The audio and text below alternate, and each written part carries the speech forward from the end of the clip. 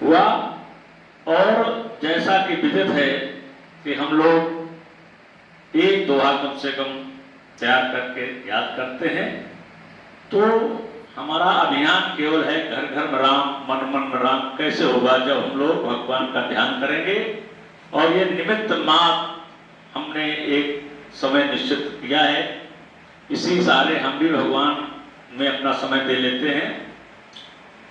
और कथा भागवत प्रवचन सुनने में मुख प्रवचन, मुख प्रस्तुतियां होती हैं। पूर्ण अगर रामायण लोग पढ़ लेंगे तो एक बार पढ़ने से उनका तो कल्याण होगा, उनके माध्यम से न जाने किसका किसका कल्याण होगा। सबसे बड़ी बात उनके अपने घर का कल्याण होगा, बच्चों में वो संस्कार आएंगे, जो संस्कार विहीन समाज होता चला जा रहा है, जो वापस आएगा। राष्ट्र निर्माण में हम लोग सब लोग भगवान का स्मरण करते हुए और इस रामायण को याद कराने के लिए संलग्न है। तो सुने समझाई जन मुदित मनो, मैं जहि अति अनुराग, उलहि चार फल अक्षत, तनु साधु समाज प्रयाग। देखिए हमारे प्रयागराज का वर्णन आया है, और आज हम लोग प्रयागराज की चर्चा करेंगे।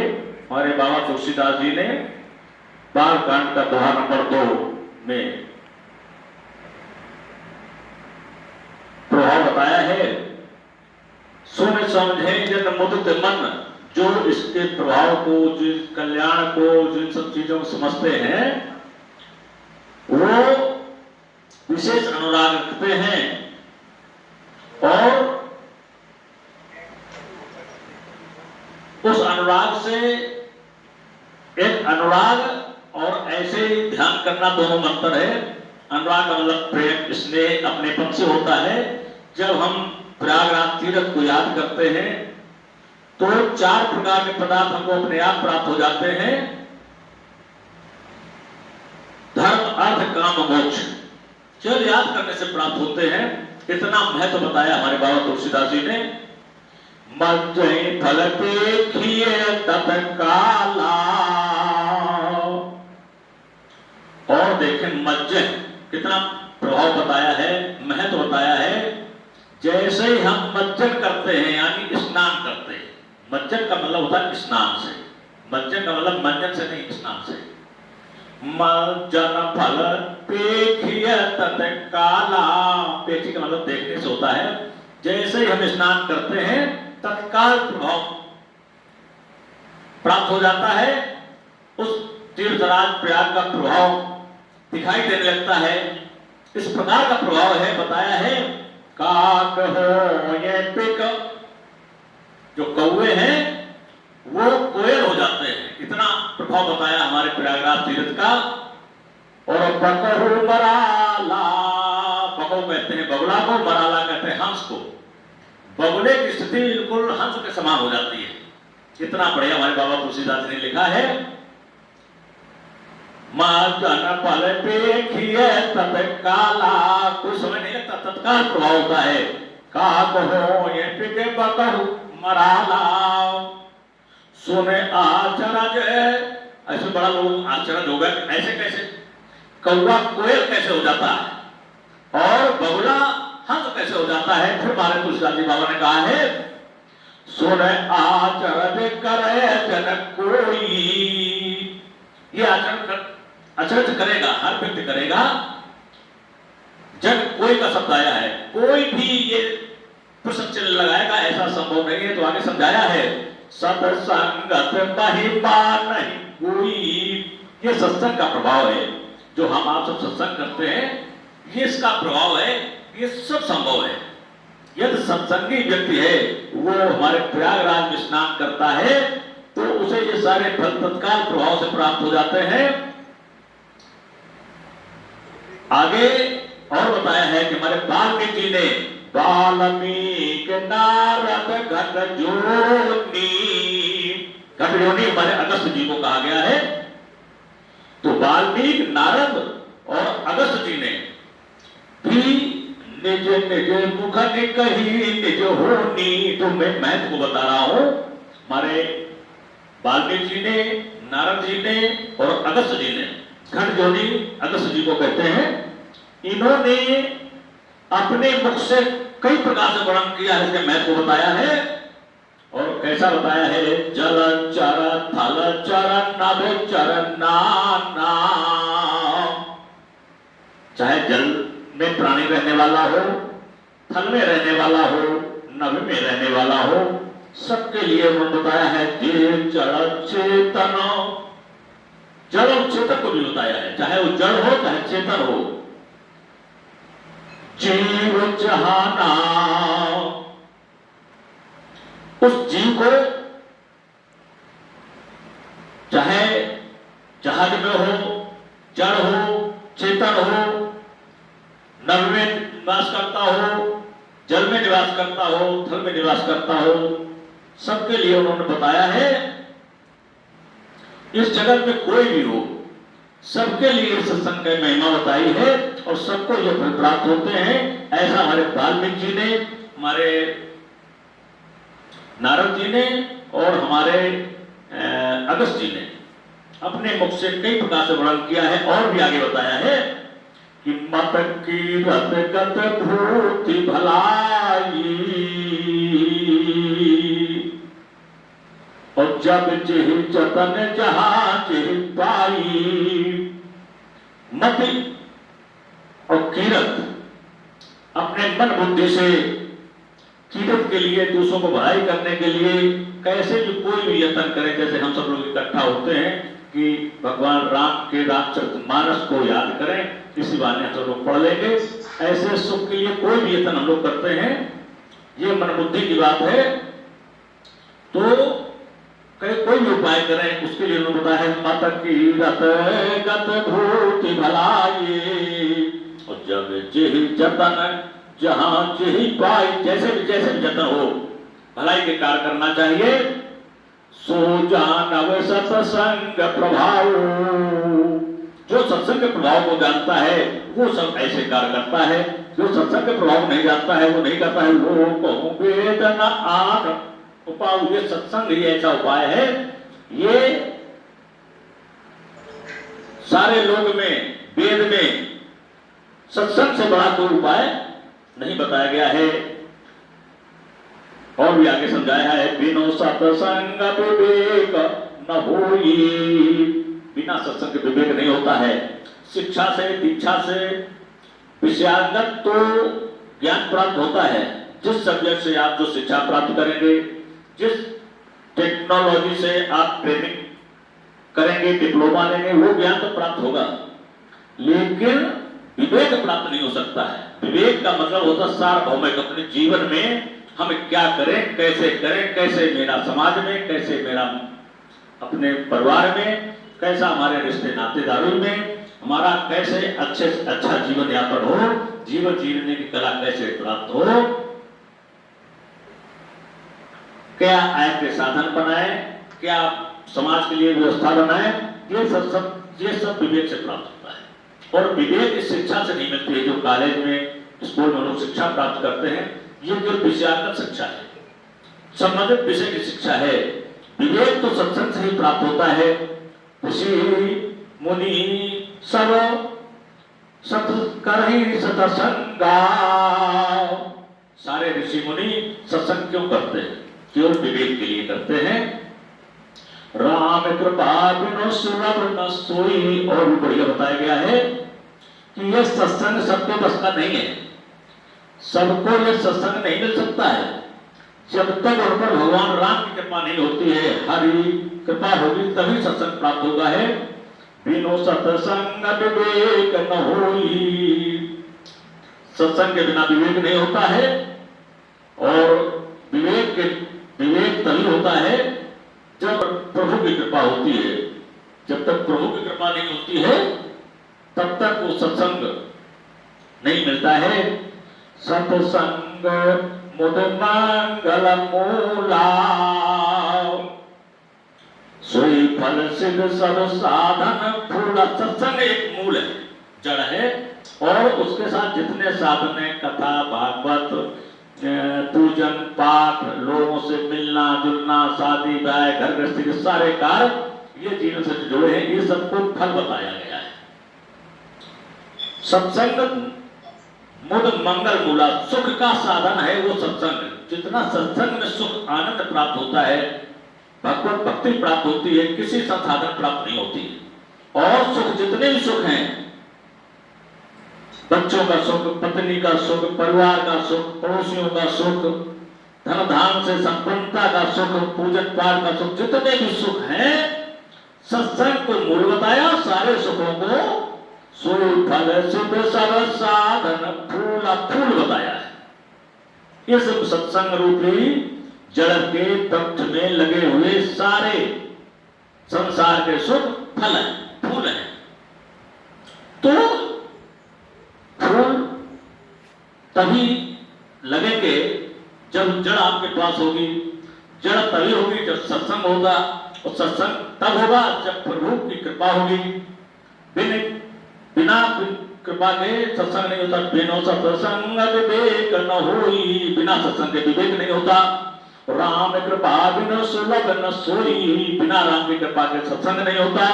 और सत्संग मुद मंगल मूला, मुद कहते हैं सुख को, आनंद को, और बिना सत्संग के आनंद प्राप्त नहीं होता। और सोई फल सिद्ध सब साधन फूला, बिना सत्संग के सारे जो जीवन के संसाधन है सुख के, ये फूल प्राप्त नहीं होते। कितना बढ़िया हमारे मानस में, रामचरितमानस में हमारे बाबा तुलसीदास जी ने लिखा है, सुधराई सत्संगत पाई। देखिए सठ भी सुधर जाते हैं जब उनको सत्संगति मिलती है, तो सठ भी सुधर जाते हैं। और पारस तरस कुधात सुहाई, उदाहरण दिया है जैसे कुधात कहते हैं लोहे को। पारस मणि जब लोहे को छू लेती है, वो भी सुंदर बन जाता है, यानी सोना बन जाता है। तो जैसे पारस के सत्संग से लोहा सोना बन सकता है, बन जाता है, ऐसे सठ सत्संगति के प्रभाव से, संगत से सत्पुरुष बन जाते हैं, सत्पुरुष बन जाते हैं, सुधर जाते हैं। विधि बस सुजन कुसंगत परही, कभी कभी बड़े सज्जन लोग भी कुसंगत में पड़ जाते हैं। हमारे बाबा ने कुछ छोड़ा नहीं है, सभी तरीका का, इसको पढ़ेंगे तो सभी तरीके के प्रश्नों के उत्तर सब इसी में मिल जाएंगे। उन्होंने कहा किन्हीं कारणों से, किन्हीं परिस्थितियों में आकर के सज्जन व्यक्ति भी कुसंगत में पड़ जाते हैं, लेकिन उन पर कोई प्रभाव नहीं होता। जैसे फाने मन सामान्य गुण अनुसरही, फन कहते हैं काले नाग के फन को, विष को, मन कहते हैं मणि को। और जैसे मणि अपने गुणों को नहीं छोड़ती है, उन काले जहरीले सड़कों के बीच में रह करके, ऐसे ही सज्जन व्यक्ति भले ही दुष्ट प्रगति के लोगों के संगत में आ जाएं, किन्हीं परिस्थितियों में फंस जाएं, लेकिन अपने आचरण को, अपने सदाचरण को कभी वो छोड़ते नहीं हैं, सदा सदाचरण के साथ रहता है। ऐसे ही हमारे बाबा तुलसीदास ने समझाया है। आगे दो चौपाइयां और बचती हैं कि विदे हरि हर कब को विद्वानी, विद कहते हैं ब्रह्मा को, हर कहते हैं विष्णु को, और हर कहते हैं भगवान शंकर को। हरि हर में बस इतनी अंतर है। कवि और कोविद, कोविद कहते हैं पंडितों को, विद्वानों को। तो भगवान शंकर, ब्रह्मा और विष्णु और कवि और पंडित की ये वाणी कहत साधु महिमा सकुचानी, इस सज्जनता की, इस सत्संग की महिमा को कहते कहते संकुचित पड़ जाती है, छोटी पड़ जाती है। अपने शब्दों में वो इस सत्संग की महिमा को नहीं कह सकते हैं, इतना सत्संग का महत्व है। इनकी वाणी सकुचानी, महिमा सकुचानी, इनकी महिमा को कहने में सकुच आती है, ये बोल नहीं पाते हैं। सोमोसन कही जात न कैसे, और तुलसीदास बाबा जी ने कहा है, तो जब ये स्थिति है इन सारे लोगों की, हमारे ब्रह्मा और विष्णु महेश की, कवियों की, जहां न जाए रवि वहां जाए कवि, जब ये महिमा का गुणगान नहीं गा सकते हैं, तो हम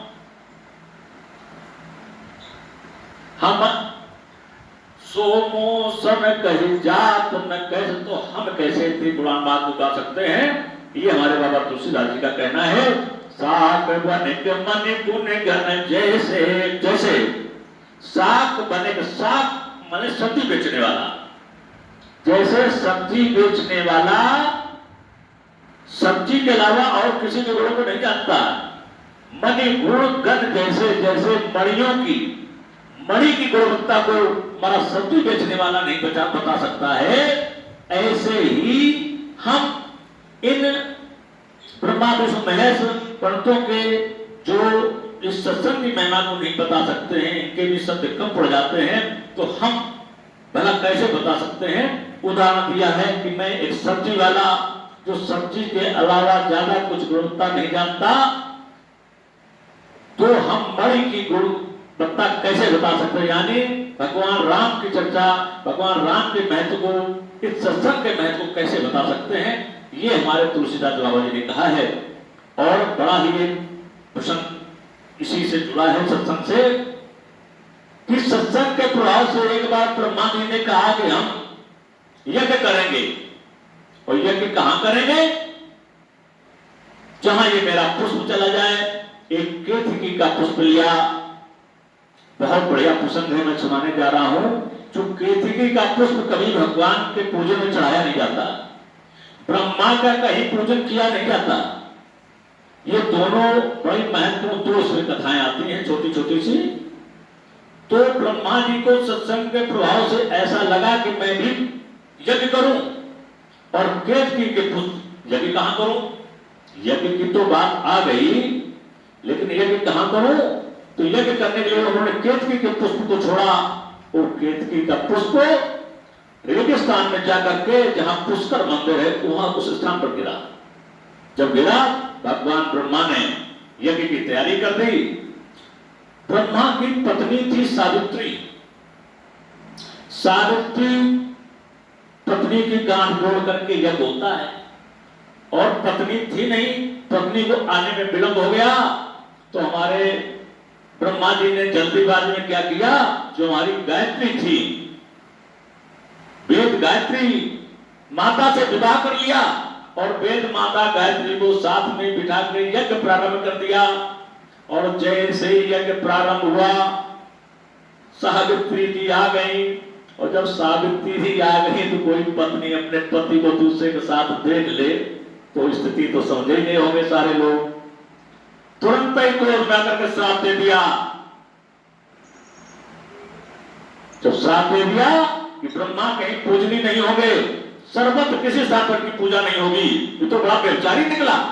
अपनी पत्नी को छोड़ करके दूसरी पत्नी को बिठा दिया और यज्ञ प्रारंभ कर दिया।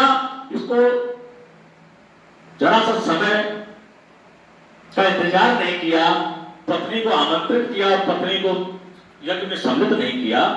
ऐसे व्यक्ति का समाज में कहीं सम्मान नहीं, कहीं पूजनी नहीं है, कहीं पूजन नहीं होना चाहिए। हमारे तुलसीदास बाबा ने बड़ा अच्छा ज्ञान दिया। कहा कि जो दूसरे के नारी को मां के समान देखते हैं, वो ही संसार में पूजनीय होते हैं, और जो नारी को सम्मान नहीं देते हैं, वो कभी पूजनीय नहीं होते हैं। जित्र नारी पूजनते तत्र देवता, जहां नारी की पूजा होती है, वहां देवता निवास करते हैं। और ऐसा देवता जो स्वयं नारी का पूजन नहीं जानता है, स्वयं दूसरी पर नारी को अपने साथ बिठा करके पूजन कर रहा है, ये कभी पूजनीय नहीं है। सारे देवी देवता इकट्ठा हुए, बोले तो बड़ी अपकीर्ति हो जाएगी। हमारे ब्रह्मा जी का कहीं तो जो सृष्टि का नायक हो, जो सृष्टि का रचयिता हो, जिससे सारा संसार चल रहा हो, उसी का पूजन बंद हो गया। सारे देवी देवता ने पूजा की, अर्चना की, और देवी सावित्री से याचना की। तब देवी सावित्री ने कहा कि ठीक है, केवल पुष्कर में इनकी पूजा होगी, बाकी कहीं संसार में इनका पूजन नहीं होगा। आज भी कहीं भगवान ब्रह्मा जी का कहीं कोई मंदिर नहीं है, केवल पुष्कर में वही मंदिर है, वही केवल ब्रह्मा जी की पूजा होती, कहीं नहीं पूजा होती। जो श्रेष्ठ का रचयिता हो, जिसने सारा संसार रच डाला हो, वो ऐसे कार्य करे। तो यहाँ रामायण ये सिखाती है, सत्कर्म में ही सज्जनता झलकती है, धर्म झलकता है, कर्म झलकता है, ज्ञान झलकता है, विद्वता झलकती है, सम्मान समाज में होता है। और जो मर्यादाओं को छोड़ देते हैं, वो चाहे भगवान ही स्वयं क्यों न हो, उनका मर्यादा तो समाप्त हो जाता है, वो कहीं झलकता नहीं है।